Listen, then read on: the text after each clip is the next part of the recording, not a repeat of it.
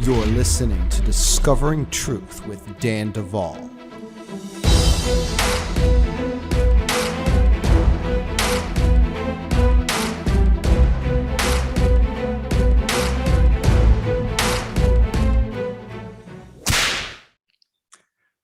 Well, friends, we're on Discovering Truth with Dan Duval, and I am really excited today. We're going to jump right in to a fascinating conversation. My guest is named Rivkah, and I met her a few years ago, and she is a survivor of satanic ritual abuse and government projects. Now, a lot of the folks that I've brought on this podcast over the years have been ongoing clients of mine. Rivkah does not fall into that category. I have done a few sessions with her in the past, and years later, she is here to talk about some of the most fascinating things you may have ever heard. Rivkah, welcome to Discovering Truth with Dan Duval. Thank you, Dan. It's an honor to be here. Thank you so much for having me. Well, it's an honor to have you, and it's really exciting to know that you're willing to talk about what you've been through, especially considering just how extraordinary some of these things are. But I want to get this conversation started on the journey to waking up. In other words, you didn't always know that you had satanic ritual abuse in your background. You certainly didn't know you were an Illuminati bloodline. And you were not aware of the government projects that you had survived. And so I want you to talk to us about the journey. When did you start asking questions? Why? And what was the process of awakening like? Well, thank you so much for asking. This is something that it's interesting. And I was asking questions before I knew I was asking questions. All through my life, there were things that just didn't make sense. There would be an event that happened, and I would say, why did that happen? That was weird. And I always felt like I had been sexually abused, but no memory of it. And then in college, I was a child development major and learning about different things on how to look at abuse and how to notice if a child had been abused. And I was just going down, tick, tick, tick, tick, tick. And I also was taking psychology classes. So I knew about, at the time it was MPD and DID. Now it's DID, but multiple personality disorder. Now it's dissociative identity disorder. And knowing that through trauma, you can have repressed memories or different things. And I just kept going, that doesn't make sense to me, even though I had studied it. And when I would think about how did some of this stuff happen, and it was like everything in my body was screaming, or my spirit, my soul, that's not what happened. It wasn't just that at some point somebody sexually abused me and I just repressed it. And I don't think that was denial. I think it was my body and my parts telling me that isn't what happened. It was way worse than that, but it just took years. And what happened was about 15 years ago, I was going through a training course on inner healing and deliverance. And then I was being trained in it. And then we got to the part about learning about satanic ritual abuse. And then I was doing other things about learning about physical healing. And then I started reading some books two books on SRA. One was on DID. And I read them and I put them down. And then I read a book on the alien phenomenon, like abductions, how it starts and how to stop it, and so I read that. And then there were things, it was just, go ahead. I want to ask a question. Yes. When you're reading these books, because everyone has a different journey. Like, okay, so you pick up the book on alien abductions. Now, did you know that you were having that problem when you picked up the book, or was it just like, I want to read this book? It was, I want to read this book. And also at the time too, I learned that, I don't know, but I was just interested in it. But then when they were talking about things like sleep paralysis and other things, and I went, oh, well, that's me. Like there were just things that fit. And then it was about 2 years later, I reread the book on satanic ritual abuse, not the DID book, but the 2 on satanic ritual abuse. And there was a memory, there are certain memories that I've always had that just didn't make sense. But then there was that, and I went, that's what happened. And, you know, when you go to Italy, there are these tour books. And I don't know if they still have them, but they used to. And on the right side, there would be a picture of the ruin of whatever temple or the Colosseum of what it looks like today. And it doesn't always, depending on how much it's been destroyed over the years, some of them, you can't really tell what it's supposed to look like. And then on the left side, there's a transparency of an artist rendering of what's missing. And when you just look at that, it doesn't really make sense. And so my life was like looking at the ruins of all this stuff. Reading the SRA stuff was like the artist rendering. It didn't really make sense until I overlapped it. And all of a sudden, that's the only thing that would make sense as to what happened. And so there are certain memories that it just started to place in. I was raised in a pastor's family.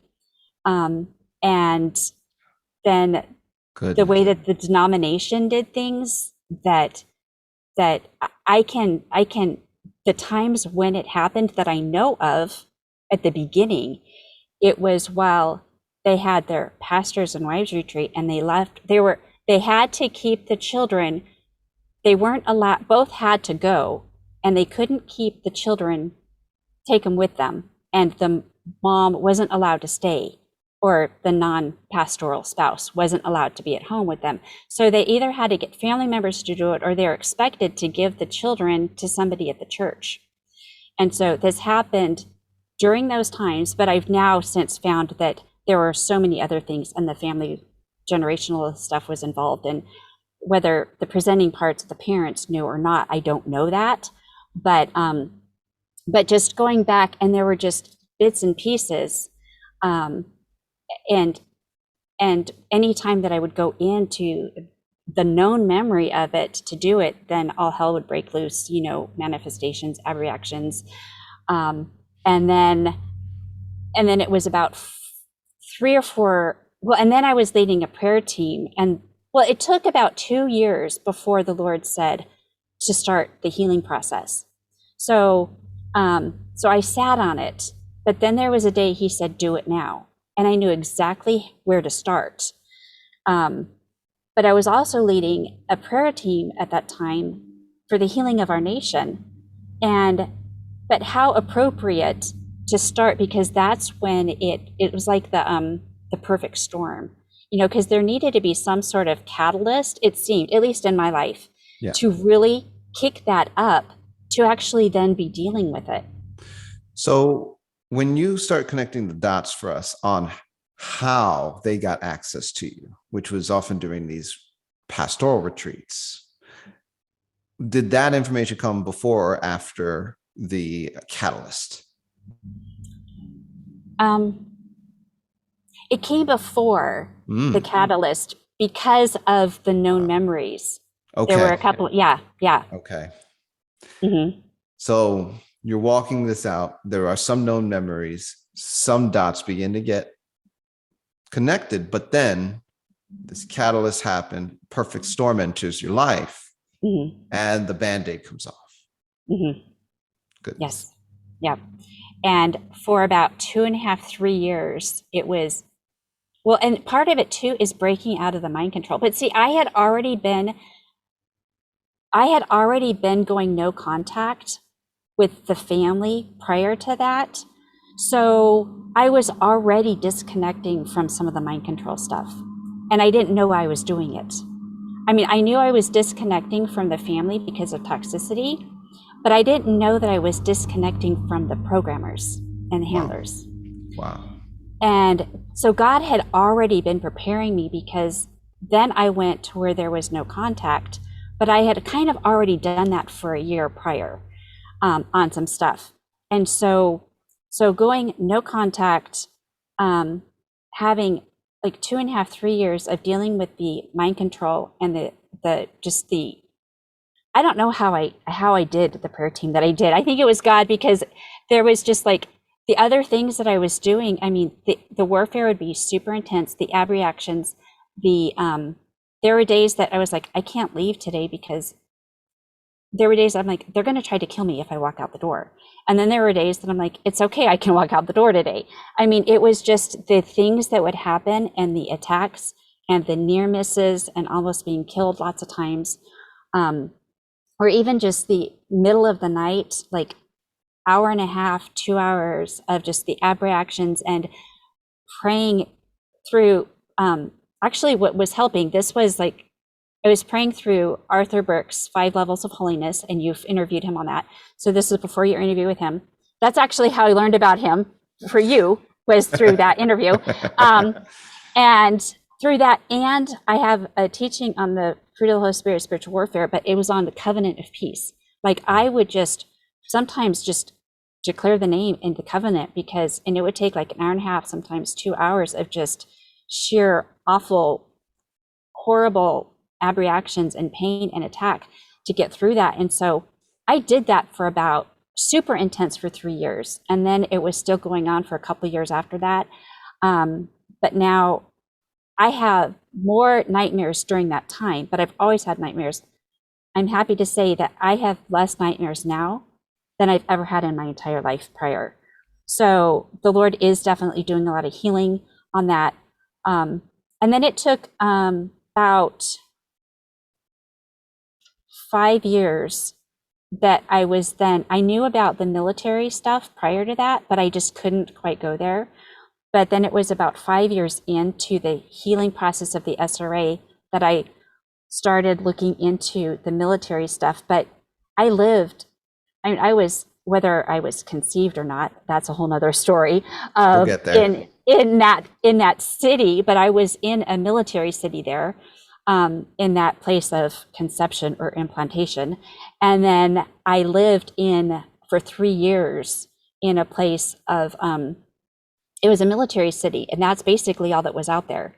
And major things happened to the family and me during that time. But I also had found that at the age that I was living there, I had received an implantation of a quantum locator, which tracks you in space and time, where a geolocator tracks you like where you're going.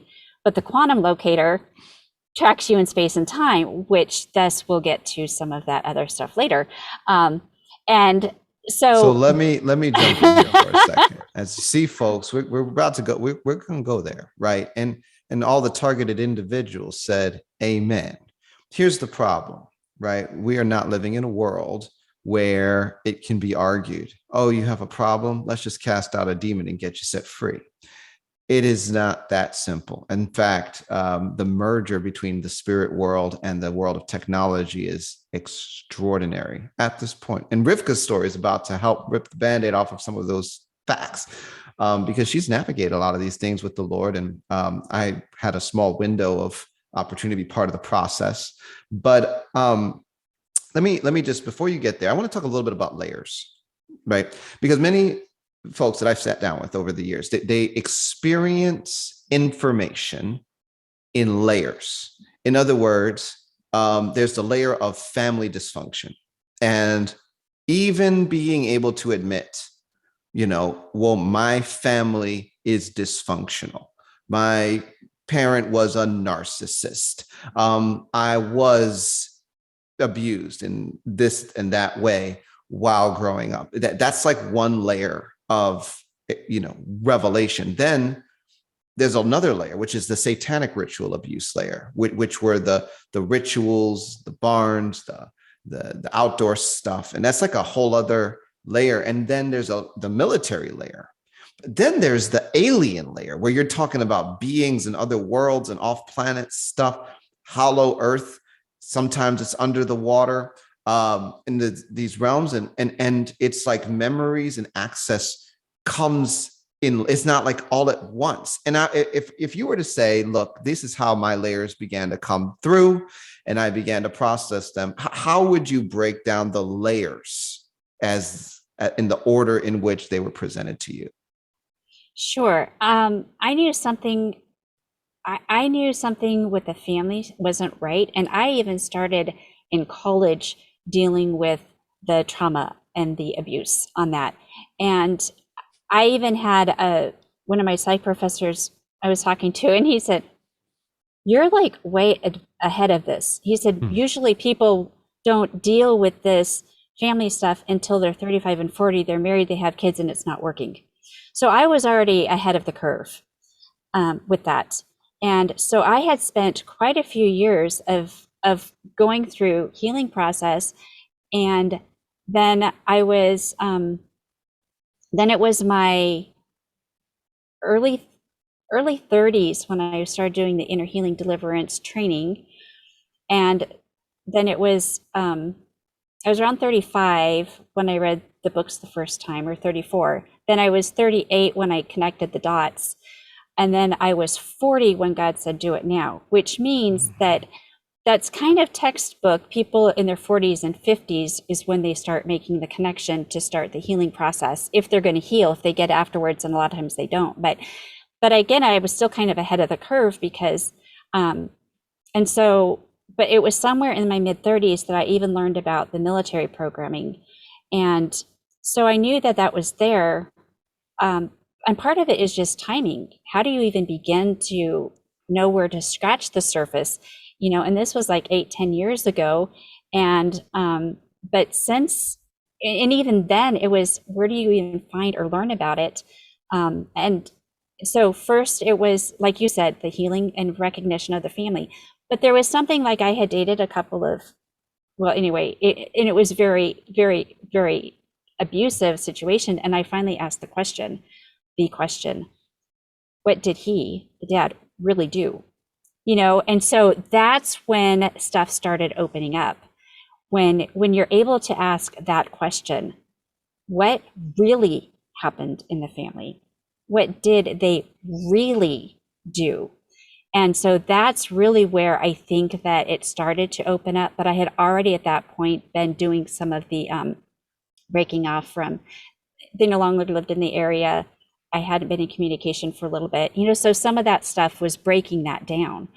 And then it was the military. Well, I guess it was the alien, then the military, kind of, but it overlapped because they do overlap, because there's so many things that match the alien abductions with the SRA, and the military as well. They all kind of overlap. So it took that, but it took a little bit longer to get to the root of the Illuminati bloodlines.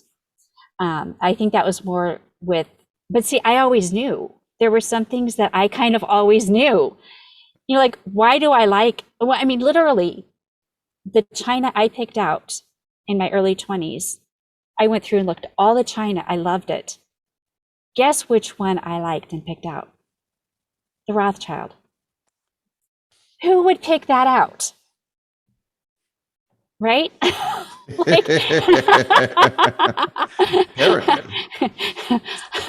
So, I mean, it's still my favorite China plate. What do I do with that? But, but Rothschild was the one. And so there are things like that in life that when you start putting all these things together, it's not a coincidence. Sure. Okay. So you lived in a military city, right? And then they started doing things. And one of the places we're going to go today is age regression missions. So I'm going to let you open that up now. All right. We got the story about how God, prodded you and said, this is the thing. But then you learned some extraordinary aspects of your life. I mean, and if you were to, let's just start this part of the conversation with this. If you were to add up the number of years you've experienced through age regression missions, how old do you think you would be today? Well, one of my parts knows at least 114 missions. And I don't know about the others. And some of them were longer than 20 years.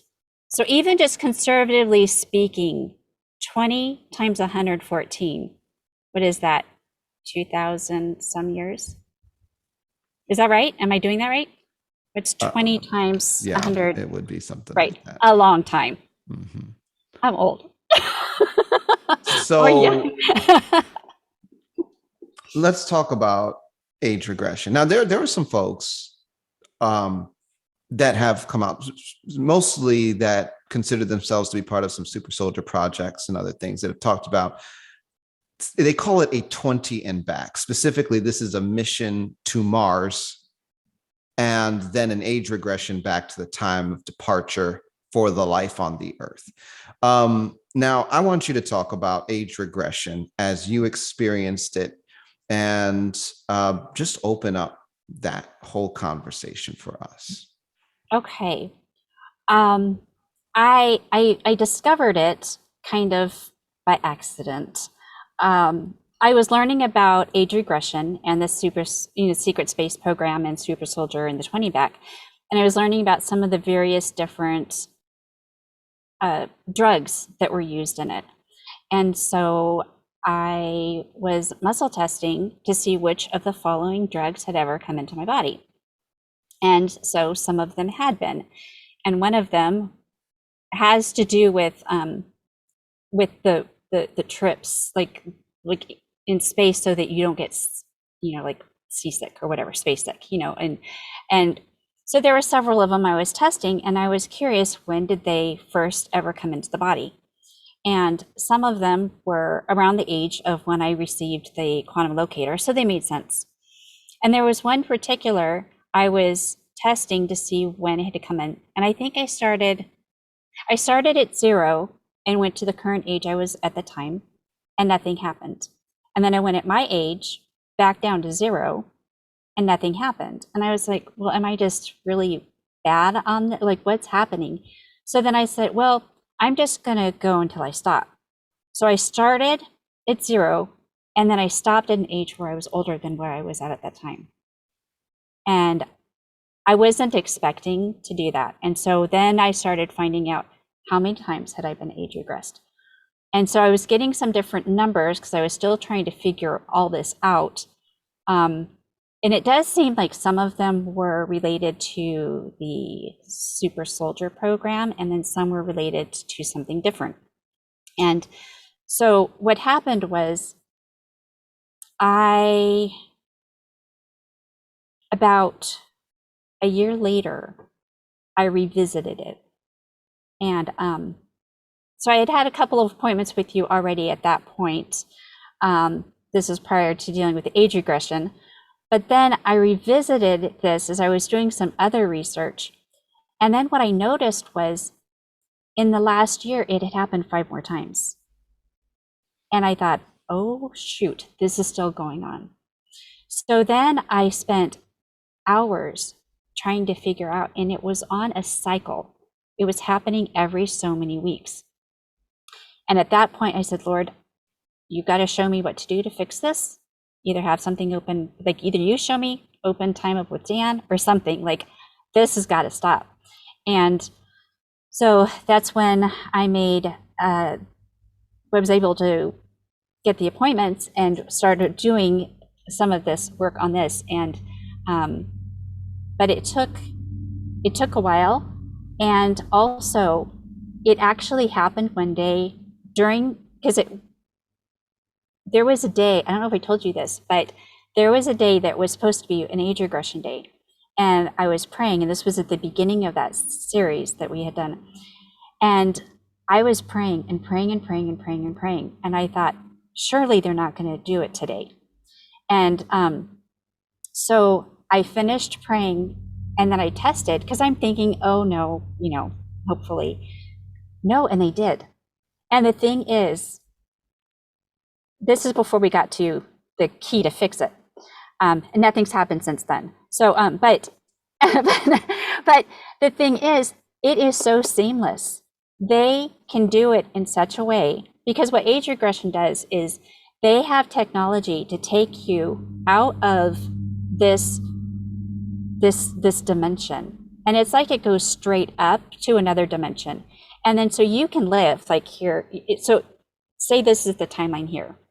It'll take you straight up, and then you can go like 20, 30, 50, 60, whatever years. And then they will age regress you back and insert you right back in. It's seamless, it's smooth, and you don't even know it. And I didn't even know what happened, and I knew that they were doing it.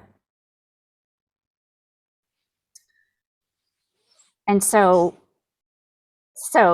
They don't there are, publish the kind of technology they use for this in no, like the New York Post, no, do they? No, yeah, no, can't really.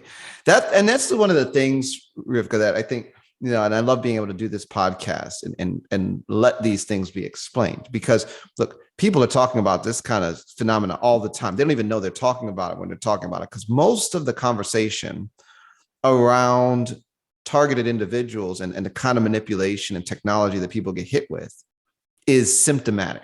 It's symptomatic conversation. I feel like this isn't working out, this is broken, and it's really frustrating. That's like a common conversation.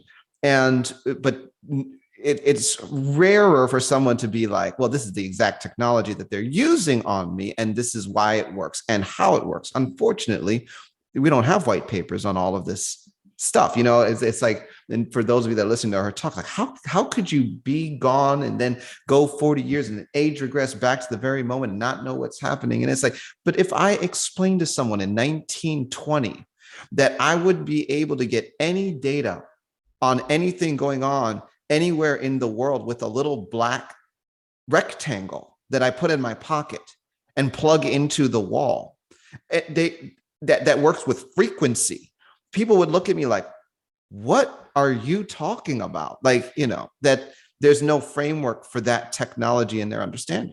And friends, let me tell you, there is a lot of technology that we do not have a framework for, because we're not being educated with the knowledge that it does exist. A lot of these quantum technologies, there's no white papers for. So people that are being manipulated by them, the only thing they can do is say, well, this is the symptoms, this is what happened. I can't explain all the science,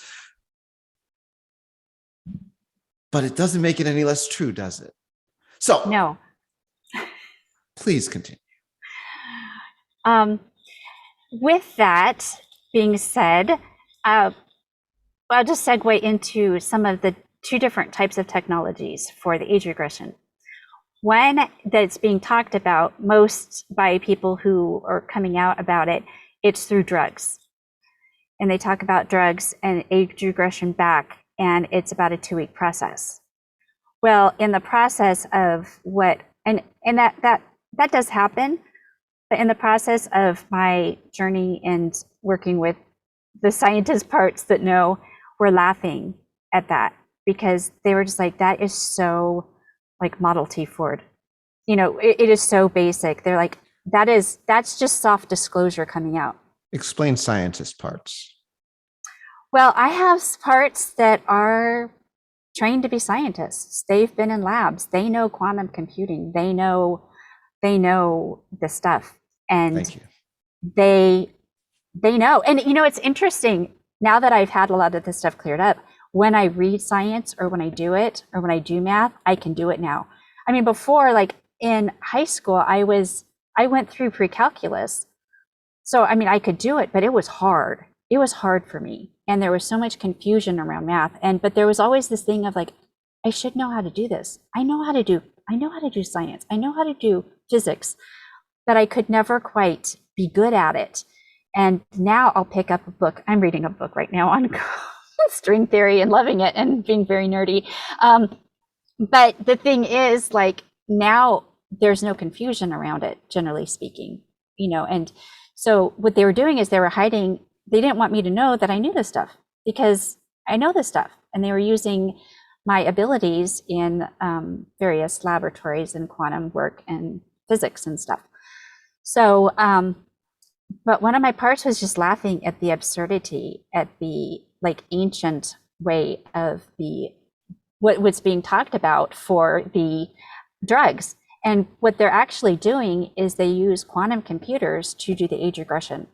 And I was listening to somebody, I don't recall his name, but he's a Christian biologist or ocean person. Anyway, and he was talking about DNA being 4-dimensional. So he was talking about first dimension, second dimension, third dimension, fourth dimension. And he was talking about it being the fourth dimension is time. And that clicked in with what I was getting, that DNA, everything in the universe at its basic component is math. Everything. So, but the DNA, it's all mathematical, it's all coded. And at any given point in time, the DNA has a record, a computer record, of what's happened.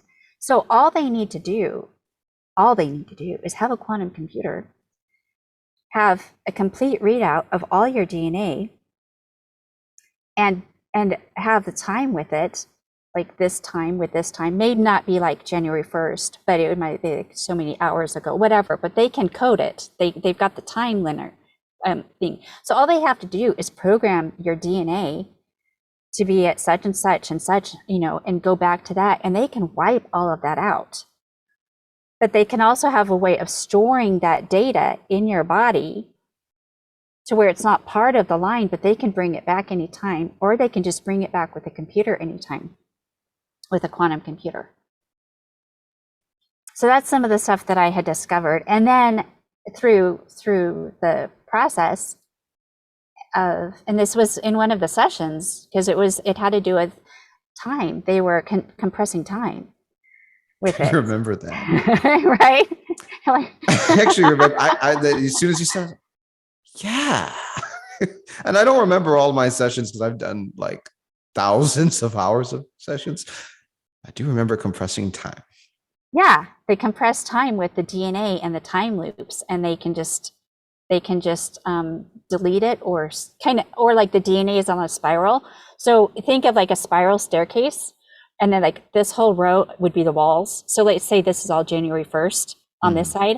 So there's a spiral staircase. All they can do is they can take all of that January and they can condense it, and they can either delete it, or it's like on a hinge. They can like put it out and let this keep going. So all they have to do is like reinsert it whenever they want to, or they can put it wherever they want to, because sometimes they need to not go back to that, but sometimes they need to go back to the timeline, or to go back to that age regression, because there's something in process. Because keeping in mind that this isn't the same time here is another timeline, or outside of the dimensions. So I could spend 50, 100 years there and here, but then go back, because now it's time there, but it's not 50 years here. So however they do it, there was things that they needed to keep doing. And so I think that there were two different. There was the military, and then there was another purpose. So we'll get into that when you are ready. But there are different types of age regressions and different purposes for them. Different types of age regressions and different purposes, which is what I was expecting you to explain. Now, with that said, everyone's going to ask, okay, well, what do they need that for? Why would certain people in the government or the Illuminati want to be able to put a person through a mission that takes them into a different timeline, a different Earth, a different realm, puts them through a period of time, or even this one, which gets even weirder, and then pull them back to present time? What are they doing these missions for? Well, some of them, like you'd explained, are the military ones. And then there are the ones that when you get into the bloodlines, it has to do with the bloodlines. And it has to do with planning for, I know that at least 1,500 years that they were planning stuff for me of entry based on birth dates, conception dates, that kind of stuff. And even before I knew that they were doing this because of the bloodlines. And well, at first I learned about the druids before I learned about the bloodlines. But the druids protect the bloodlines. So the family that I was raised in, there was bloodline, but there was also a huge druid connection. So the druids protect the bloodlines. And with dealing with the age regression and stuff, but it's bloodline, and they do things for years and years and years, and there's a lot of magic, a lot of rituals that go into it. And they have people for certain jobs, and that's what a lot of these age regressions are. But then the more you have, and the more that they plan you, and the more that they put your genetics together, the bigger the assignment. For better or worse.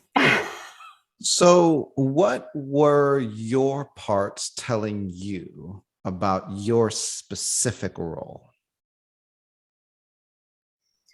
Well,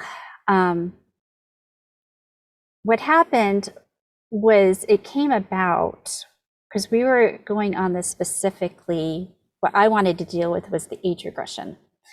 And what came out, there was some of the stuff about how it was being done. And then I'm trying to remember, we uncovered, there was a scientist. There was a scientist part, and he had a black box. And the black box covered every aspect of every mission, every age regression, everything, and the scientists knew about it. And so we had a court session, and there was we indicted, we brought forth, and there was like this dragon reptilian that showed up. And as the judgment was being pronounced, he was declaring, I want justice. And we're like, what? So we found out that he was actually a human that had been genetically altered to this so that he would be the fall guy for whatever happened for the age regression in this black box. And then we found out that the black box, that the real person behind the black box was Draco, Constellation. Do you want to say anything before I go on? Okay, so now let me just say this, folks, friends. You know, I've said this many times. Like, Dan Duval, why are you so weird? I didn't want to get weird. Y'all made me weird. You people that listen to me. This is what happens when I say, Jesus, whatever it takes. And Jesus says, fine. So we have to go certain places to get to the right answer. And she's saying a few things that require certain comprehension in order to establish as a point. Number one, Draco Constellation was behind some of these operations. What most people assume is that we have these constellations in the sky, you have these stars, right? And they just are balls of gas just burning up in our night sky, and they're there for us to look at and admire. And the fact that they exist is a praise unto God because they're part of his creation. So we just kind of take it at that and say, oh, yep. And all these, witches who do astrology, that needs to be repented of, move on. So, and that's for the spiritual guys. But what we have learned is that every realm has its own sentience. And so if it is a constellation, that constellation inclusive of the stars and the corporate semblance of bodies that comprise that thing we call a constellation, has a overarching sentience, as self-awareness, emotional and capacity. It has self-awareness. And so every one of these constellations can be engaged like an entity, whether it's Orion, Taurus, or Draco, or Cancer, or any of them. And we began to see, not just in Rivkah's case, but in other people's case, like they would have meetings, like people would get caught up into encounters where the, constellation is addressing them for some kind of reason. So when we began to deal with the creation as realms having sentience, then we began to make sense of this phenomena and begin to get people free on this level. Hence, in my second book, Advanced Prayers that Shake Heaven and Earth, I have a prayer called Freedom from Constellations, because we're getting people free of these bad guys. Now, the constellations are absolutely evil by design, but their there's a huge deal of corruption that has happened in the creation, and there's a lot of redemption necessary. Now, when she's describing like we're in a court, like this is a court of heaven. And so what she is describing is what's being perceived through spiritual senses in the spirit world. It's an event that is a process of justice that is playing out with some sharp lefts, right? We just thought, evil dragon, get a judgment, get some freedom, and, have a good day. But, here we are. Okay, so now Draco, the Constellation, is involved in, backstopping some of this age regression stuff, dealing with your life. Where do we go from there? Well, the next thing was what was keeping him there. And so what legal rights did he have and what was it? And you asked the infamous marriage contract question. And so there was a marriage that happened. It was prearranged with him. And so dealing with that and getting that, but it was an empowering up of his kingdom. So I met the queen. She was an aspect of me, queen of the Dracos. She was his queen. And, this is kind of, well, it's really weird to talk about. Mm-hmm. Not because, well, I mean, yeah, it happened, but I mean, there's no way that based on the things that we were dealing with and the responses to it, that it was just a figment of my imagination, and the victory and stuff that has come because of dealing with this. But it is kind of strange to talk about it, for one. But another thing too that makes it really hard is the fact that not knowing that I was being used to power the end times agenda. I mean, the enormity of that is just really hard to fathom, and to have absolutely no understanding or no idea. And I would absolutely never want to do that. But I met the queen, and she was really not a nice person at the beginning, but then she did come to accept the Lord. But she had like this, but she was powered up through magic, and she had a cord. It was kind of like a tether, but also like a power cord. So in the process of it, but she became disconnected, and but Jesus is the one that disconnected her. He's like, let me fight this. Everyone that's listening to her follows. And she says the Queen of the Dracos. This is one of her alternate personalities or parts. Correct? Well, it felt like it was more like me, but not it was a different feeling than a part. Mm-hmm. Okay. So yes, it was part of me, but I don't know if it was a part. Does that make sense? But I don't know what it was. Maybe a composite containing some of your DNA. Yeah. And it was either a composite. It didn't feel like a clone. Okay. But she was real. Mm-hmm. And it was like when I encounter my parts, it's a part of me, but it's not like it's me. Okay. For her, it was like it was me.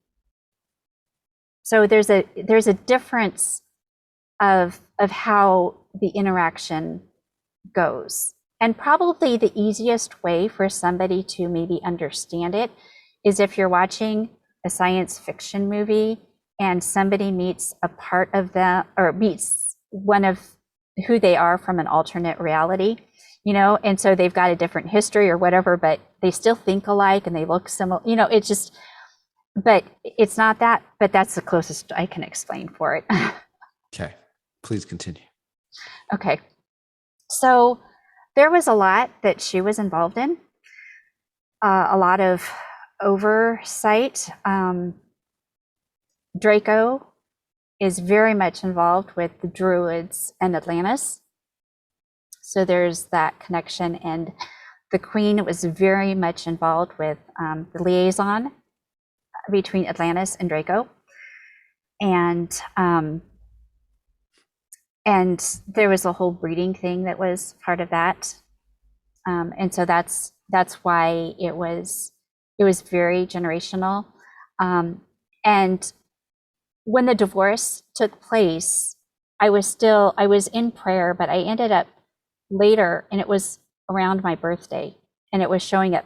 So I hated, I still don't like my birthday anyway, but you know, the dates, there's a lot that goes on it, but it was always a month ahead of time. I started like being afraid of and having anxiety, well, trauma around it.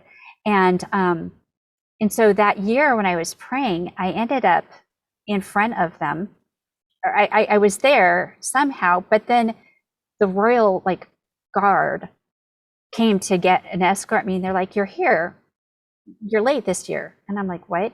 And Jesus was with me, and they're saying, "Well, there's no such thing as a divorce in this because of the appointed time. You haven't fulfilled the appointed time." And anyway, we got through the legalities of that, because we worked on that too, because they also used a different name for me and a different name for Draco. That's not his like secret name. That's not the name he does business under or whatever. So sometimes they know how to do things. And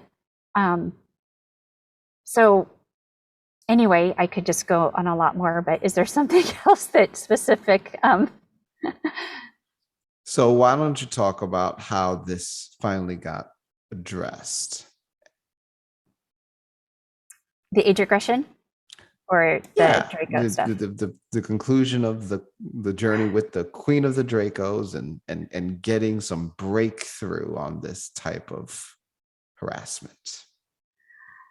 In the process of all of this, I started to realize that the age regression was all on a grid, and that the nodes on the grid were all realms, and that it looks like a spider web, and you know, stuff like that. And you even said, "What does it look like?" And I had drawn it in my journal. I'm like, "Yeah, it looks like this." So it was. Continue. Yeah. I'll make my comment afterwards. And so, but it was right then that you said, "I just developed a prayer on this." I just did it fresh. It was hot off the press. And we went through that prayer, and that's when it ended, the age regressions. And it's been a couple years now. And there's been no age regressions with that. My. So, right, here's the problem. Friends, she had this extraordinary amount of bondage associated with these age regressions, and I'll tell you, whenever quantum computers are involved, it's a mess. And this is the truth of the matter. There are targeted individuals all over this country, all over the world, that are being targeted with stuff that is absolutely not okay. And basic prayer strategies just don't work. I mean, I've tried, stop in Jesus' name. It doesn't stop. But when you are able to address the mechanics of the spirit world properly with the victory and name and resources of Jesus, there is massive breakthrough. And once she understood the age regression grids, and you have to understand, what does that mean? Well, like she's saying, they're transporting parts and DNA into different earths, different realms, and those actually become anchor points in a certain sense. They can always go back there. Some of those are going to past generations and future generations. It's a big mess. What is that? All of these points of reference that are in different realms and dimensions and so forth create a web that is a grid.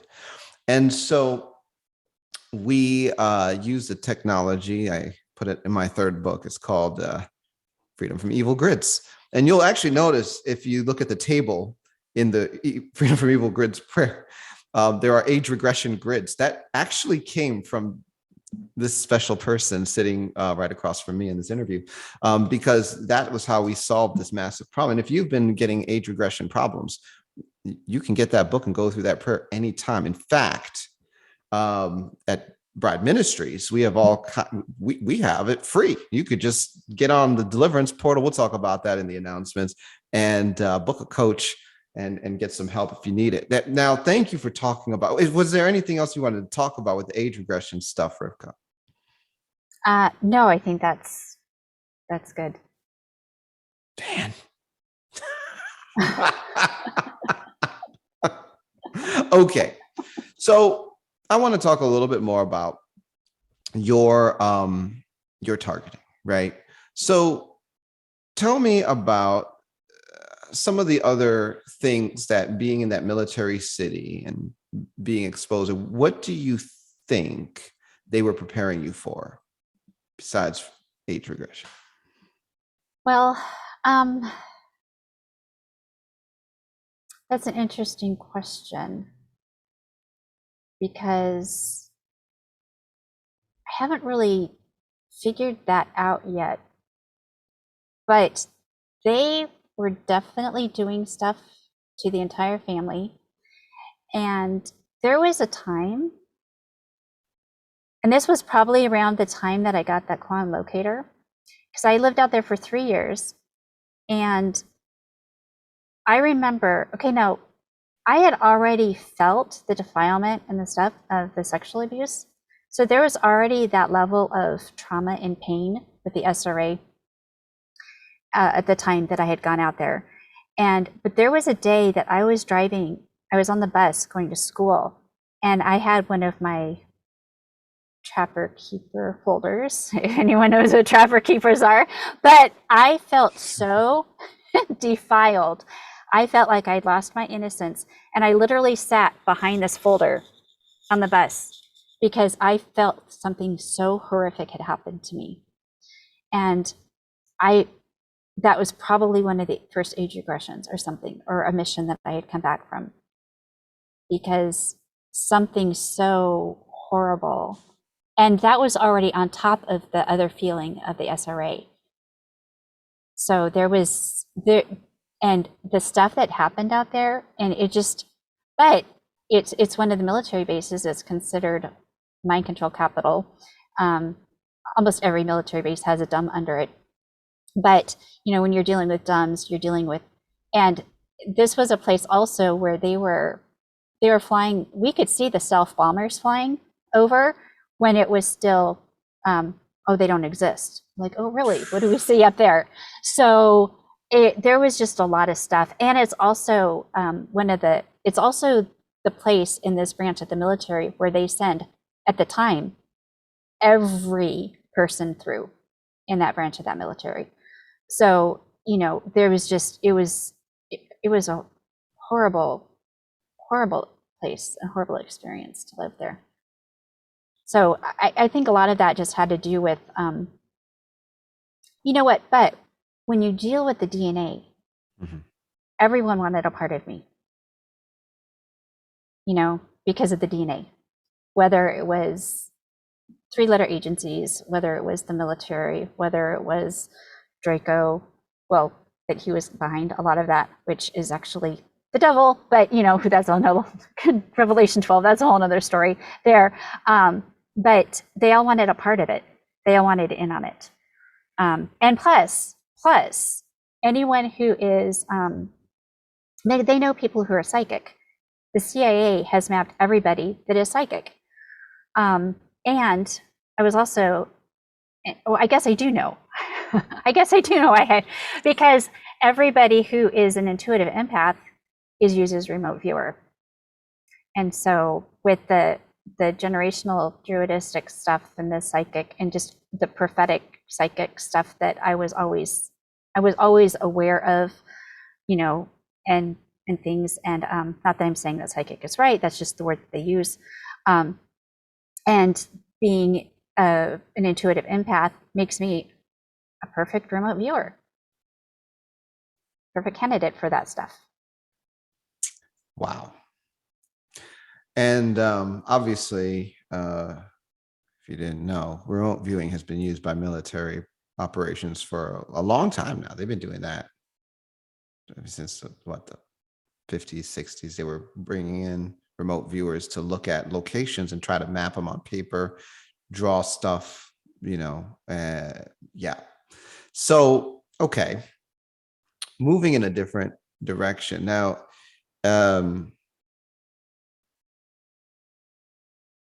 With some of the work that we did, at least I remember running into a interesting group. You called them the Stickman Council. Yes.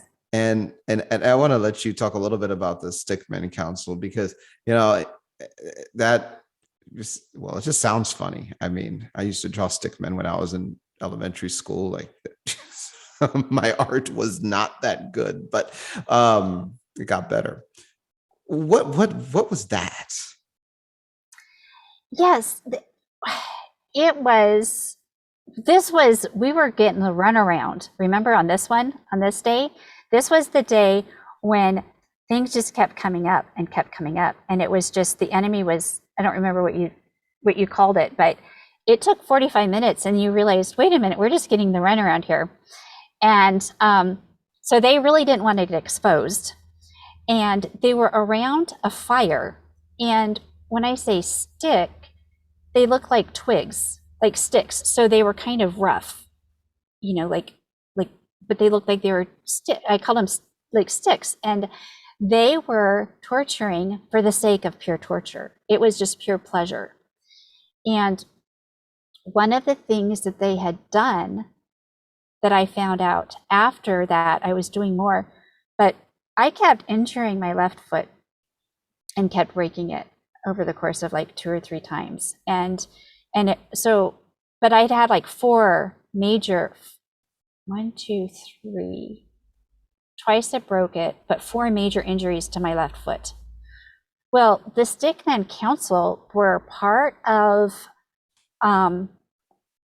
it's called the Stone of Scone, which is spelled Scone, but it looks like scone, but it's the Stone of Scone, which is the coronation stone for Scotland, and also that they use that in England.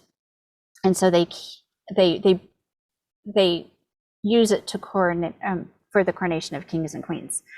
And it's stored in the Edinburgh Castle in Scotland right now. And what they had done is, one of the ceremonies that they had done, and the Stickman Council were part of it. So the Druids were there and some stuff, but the Stickman Council actually nailed my foot to that stone. And so getting rid of that and dealing with that, because I actually still had my foot was still sore from an injury. So actually since then, my foot has been fine. So dealing with that. So you're saying that in some cases, when people have habitual injuries to the same area of their body, it may be because an evil council has nailed that part of their body to something. What plane would this be on? What plane?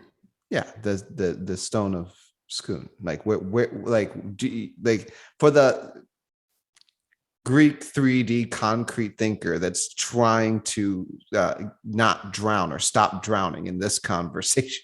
What the heck? How would you explain the nature of this act? Well, it could have very well been in the physical realm. If they had abducted me there was some sort of ritual that was done either in the spirit realm or there. Now, I have been to Scotland, but the injury started when I was in high school, which is before I got there. So that Stickman Council probably was years prior to that. But they will cause you to have an injury in your body on something, because they want to layer in trauma. It's all about trauma bonding, trauma layers. And they want you to hurt in an area of your body as like a smoke screen, so that you don't actually get to the root issue. Oh, I've got a problem with my foot. Well, no, you don't have a problem with your foot. You have a problem because the Stickman Council anchored your foot to a coronation stone where they do all these magic rituals around. But then again, this goes back to bloodlines. So it's the plane that it's very much, there could have been a physical thing, but it's all very spiritual, and very much, they're doing things with, a lot of the stuff that I've been covering is the Enochian magic. So they're doing a lot of different stuff with magic. You want to say something on that? Can we talk about that? Yes. Let's talk about it. Okay, Enochian. Now, first of all, Rivkah, I read about Enoch. He's a good guy. In the Old Testament, God took him. But there is something called Enochian magic. So why don't you spend a little bit of time talking about what you know about it and then how you believe that's applied to your situation? Well, this is something that I just know a little bit. I want to go more into. I've been looking for Enochian magic renunciation prayers, and I haven't found it, which means, oh, maybe I need to do it. And I'm like, oh, can you? I mean, I have done some research on this, and the amount of information out there on it, it's just, it's a lot. But there was the evil Enoch, which was from the line of Cain, and so. And then there's the evil book of Enoch, the third, which I haven't read. I've only read First Enoch. But this stuff is so powerful that it was the Enochian magic that was holding open, or that was empowering the Queen of the Dracos. The Enochian magic also, I came across that there was a forest of Knot, Knot, that it was just like a small little realm. And there was a tree, and there was a wormhole that was kept open by a green orb, and there was a time loop. And the Enochian magic was powering this up, and the time loop had three things that it was doing. One was the consummation of the marriage to Draco, and then there were like, I'd have to look at my notes. I don't remember what all three of them were, but it had to do with the queen. But the Enochian magic was keeping that open. I also had a portal in my heart where Draco and the queen would go through to do Enochian magic rituals. And so that was closed down by the Realm Buster prayer. So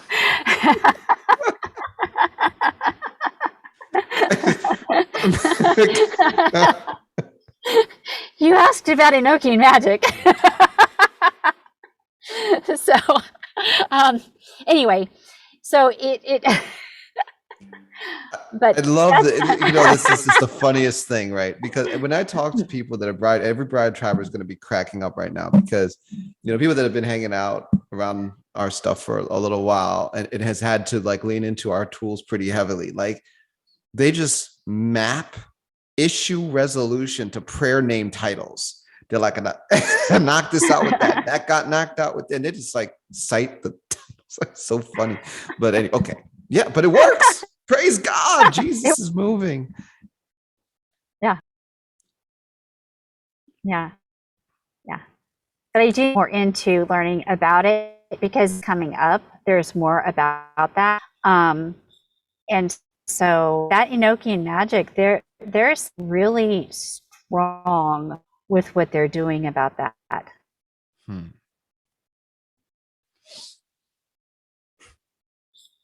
So, okay. I want to let me just kind of say something else.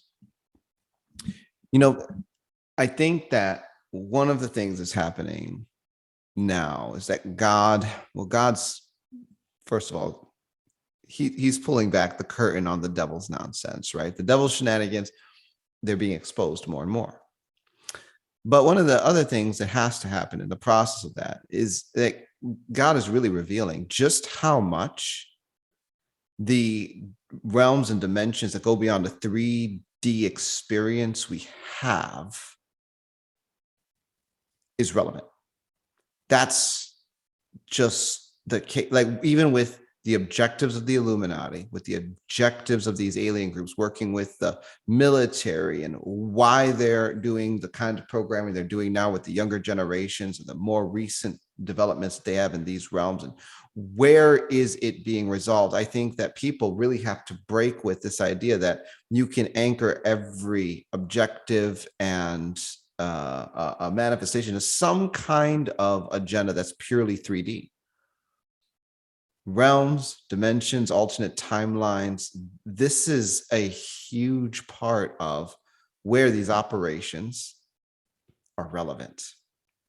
And getting set free, especially for targeted individuals, is not something that happens because, well, I did the right diet and now I'm not eating as much dairy and I took all the gluten out and I detox with in a steam room. Like, okay, so that may get some nanotech to sweat out of the body. Fantastic. But the actual success in getting set free requires taking the victory of Jesus Christ into the realms, dimensions, and timelines that the technology is connecting into, and then looping through the body in many cases, and some of the stuff that we're touching on today. It all becomes something that God is putting his finger on and saying, look, y'all need to go there, because that's where I am right now. I'm setting people free there. And to all the Christians that are upset that we're having this conversation, that's why I had to put the podcast back up. We took a year off, but we're back to make you sweat some more. Now, Rivkah, I want to talk a little bit more. Now switching the conversation to time travel, because, okay, you got a little bit of age regression in there. But then there's time travel. And some people think, oh, well, time travel is just fake. It's science fiction. They made a lot of movies and wrote a lot of books about something that's completely fake. It doesn't add up. In fact, I've worked with a lot of people who we're resolving time travel complications with. And I want to let you talk a little bit about time travel and the connection to Alice in Wonderland and the White Rabbit. So the White Rabbit programming, I woke up one morning and I was in that half awake, half sleep state. And that's when I get phrases, or I get things to work on or something. And that morning it was White Rabbit. And I knew that it meant White Rabbit, and it had to do with the time travel, because the rabbit has his clock. And so I started dealing with White Rabbit programming and the Alice in Wonderland programming all at the same time. And so what I was doing at that time was the 5 levels of holiness prayer and a Courts of Heaven prayer all combined. And this was even before, and this was like way before your programming prayers came out. And so I was doing I was going through the prayer, and as I was going through it, I had I was in an experience where I was back in time, and I was in an ancient library, and it was candlelit. It seemed like it was underground, and there was a man sitting at the table, and I knew it was an ancestor. So I knew that the time travel was connected to the generations. And he was sitting there with his head down. And when he looked up, it freaked me out, because I wasn't expecting to see the dad that raised me. That was a little freaky, because it was just like, oh, I'm like, does he know that I'm seeing him here? And this was after a point of no contact. So, it was years after not speaking with them at all. But I dealt with that time travel. And later, when we had a session and you did the prayers for mind control programs, you asked about the Alice in Wonderland program, and all the other programs were yes, yes, yes. This one, I was like, no. But I didn't know why until after the session. I went, oh, because the Lord led me to do that a couple of years earlier. But there is a lot with the time traveling, and the age regression is also connected into the time traveling. Because if they can pull you out and put you back in, they can insert you anywhere on the timeline with the age regression technology.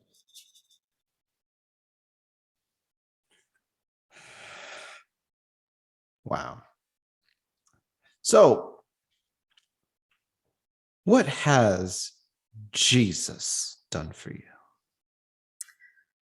Well,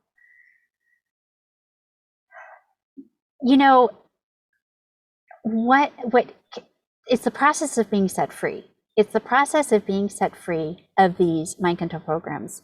It's the process of being set free of the trauma and the torment.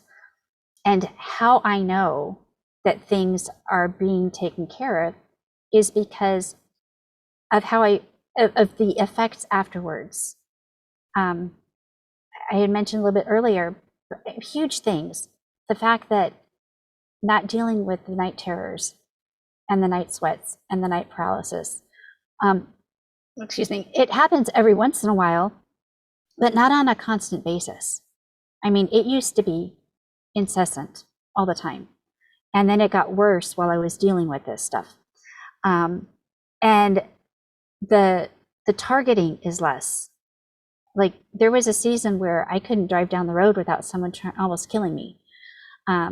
And certain things like that. So to have that stuff going down, to have actually, because of some of the stuff, like, it's because they pro a lot of programming on the left side of the body and the left side. So the calming down of the mind and the freedom and the breakthrough, and can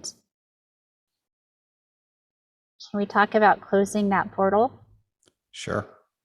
Okay. I mean, we might as well just go there now. Yeah, because it kind of goes in with that because of the after effect of how I know. Okay, so one of the first sessions we had, one of my parts came forward, and she was there, and there was a picture on the wall, and there were a bunch of rectangle all the way around, and it got smaller and smaller to the middle. But I didn't know what the picture was. It didn't make sense to me. And you asked if it was a portal, and I said yes. And so the part that was there, standing next to the picture, she just disappeared. And I said, "Where'd she go?" And you said, "Well, some people, you may not be ready to deal with this." And this is what I thought. I didn't tell you, but this is what I thought. This is what I said. After all the things I've read, after all the prayers that I've been doing on my own, and the fact that I'm paying for this session, I was like, no, we're dealing with this now. And so that's what went through my head. And I said, Dan, get her back. And you got her back. And so she came back, and it was a portal because I was being pulled through that portal to be raped by reptilians. And so closing that portal down, like, I don't remember what prayer you prayed, but I literally felt like there were almost like tree roots being pulled out of my chest. But if you're dealing with a government and trees, that would make sense. But it was coming out of my chest, and I hurt for about 3 to 5 days afterwards. But my reality was different, and it took about 3 to 5 months to become assimilated with the change.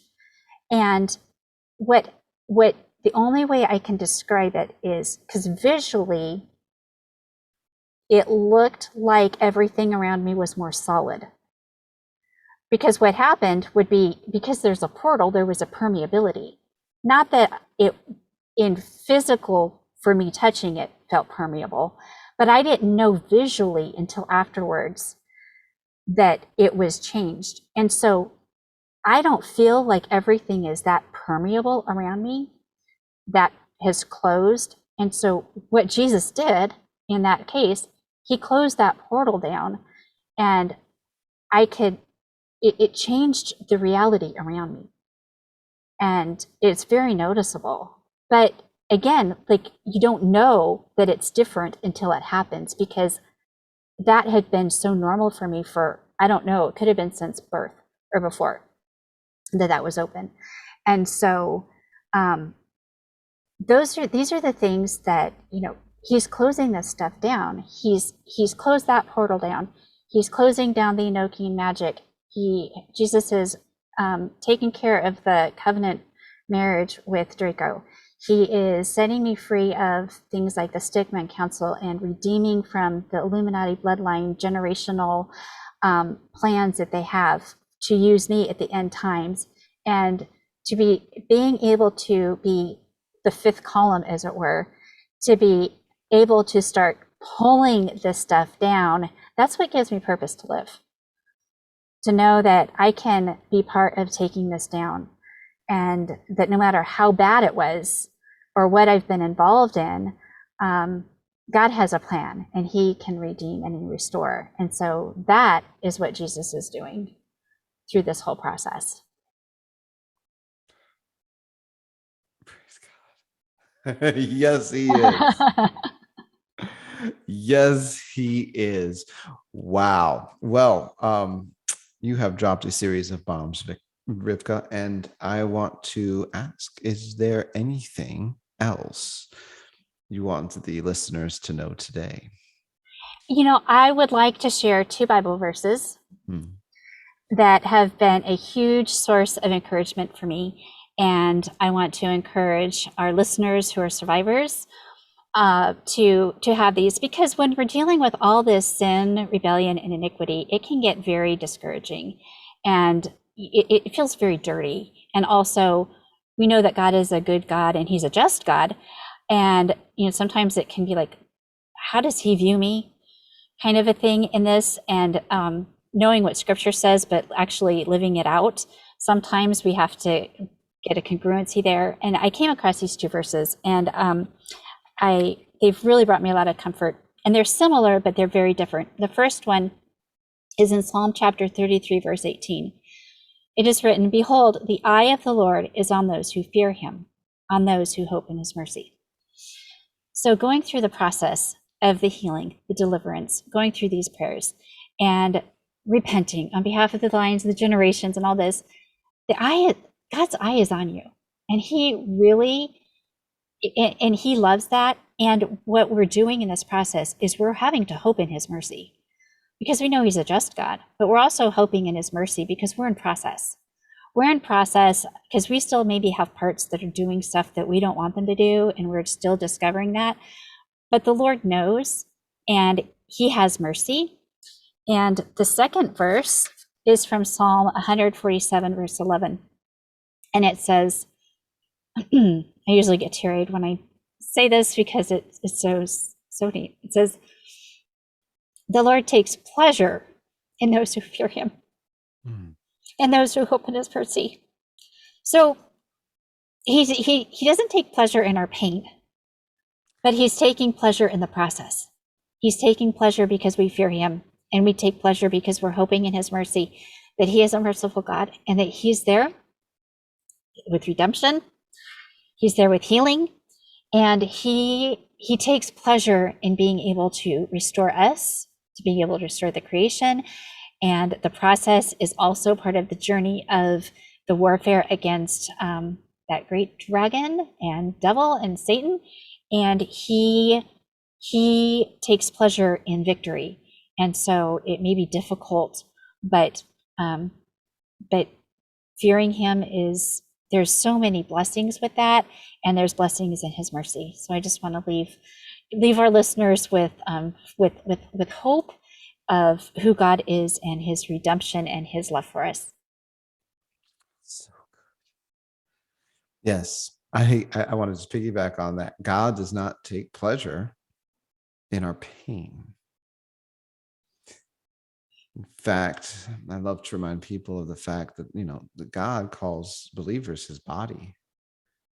And you can't hurt your body without hurting your person. That's it. Jesus owns every ounce of pain we receive. because of his extraordinary care, compassion, and love. Rivkah, your story is extraordinary. It's still being written, obviously. Thank you for your bravery in sharing all that you have shared today. And for anyone that's listened to this and said, oh my gosh, I want that Jesus. I'm going to explain that turning to Jesus begins with a decision to believe that he is God. Now, his power is how every testimony of Rivkah's breakthrough has been achieved. I have prayers and resources that are helping targeted individuals all over the world. They're based entirely on the power of Jesus Christ. There's no other power source in there. And if you're ready to make a decision for the power source that is getting breakthrough in every kind of way you can and can't imagine, you need to believe that Jesus Christ is the Son of God, that he was born of a virgin, he died for your sins, and was raised to life. And with that resurrection, he has all authority in heaven and on earth. He has the keys of hell and death.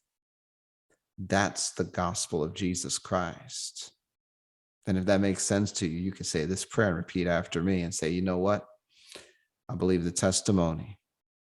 And Jesus, I believe that you are the Son of God, that you were born of a virgin and you died for my sins, and you were raised again to life on the third day.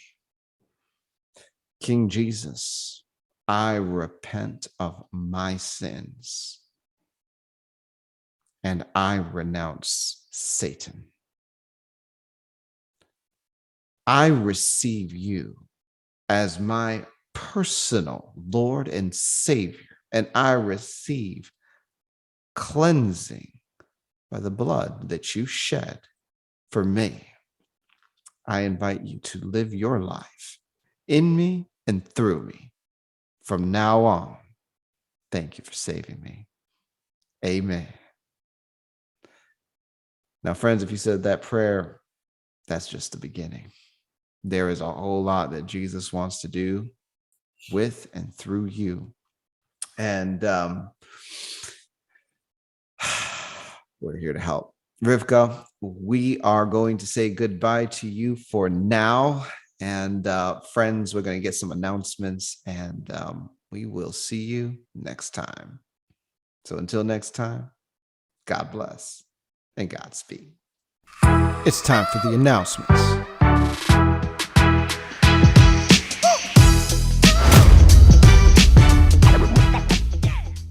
Hey, friends, I got a few things for you before you get out of here. Number one, if you remember, Discovering Truth with Dan Duval is no longer a production of Bride Ministries. We decided as board that this podcast would serve its purposes best as a standalone.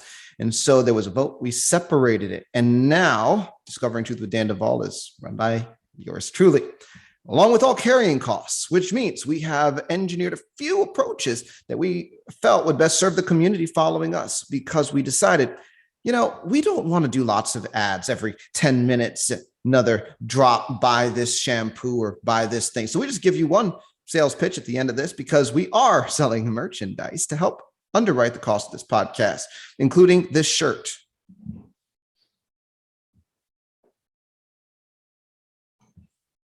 Because it is a good day to give the devil a bad day. You can find it at danduval.com along with this mug. Heart for parts, because we care. Not only that, we have another surprise for you. Because you know what I'm standing on? I'm standing on the names of God. I'm standing on the word of God. And we have names of God flip-flops, along with all kinds of other stuff that has the names of God print on it, including shirts, handbags, mugs, and flip-flops. So check out danduval.com, where you can also become a podcast patron. Now, podcast patrons are not donors. You guys are not getting a tax-deductible donation from danduval.com because this is a for-profit operation. Again, not part of the ministry. So podcast patron entry level, $5 a month. I mean, we're not looking for like tithes and offerings here. We're just saying, help us with a little bit. And, $5, $7, $10. I mean, if you want to give us $100, we'll take it. But here's the deal. Whatever it is, $5 or more, you're going to get all kinds of benefits, including early access to podcasts. You're going to get merchandise discounts because we have stuff. This is a great place to get a gift for somebody. Remind somebody today is a good day to give the devil a bad day. Like, put it on a shirt. We have a little bib for the babies, and it actually says, "I was not here to be put here to be bullied by a defeated kingdom." How cute is that? Check it out at danduval.com. I also want to say one last thing. If you haven't checked out our newest brainchild, which is Overcomer Accelerated, you can do that from the homepage at danduval.com, or just go to overcomeraccelerated.com. It's our newest way to serve those that are on healing and deliverance journeys. You'll get coaching every week, along with a journey with a cohort. You'll have Bible studies, you'll have group coaching, you'll have support group, and it's an all-inclusive package. So one fee per month, and you get all of the above. So check it out. We're very excited about it. We're going to run a pilot the fall of 2022 as it stands, and we'll see where this thing goes. So with that said, I don't have anything else for you. We love you guys. We'll see you next time.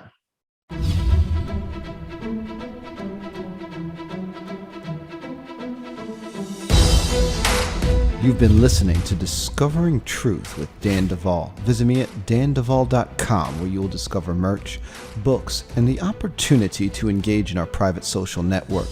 Join the tribe by subscribing to our email list and supporting this podcast.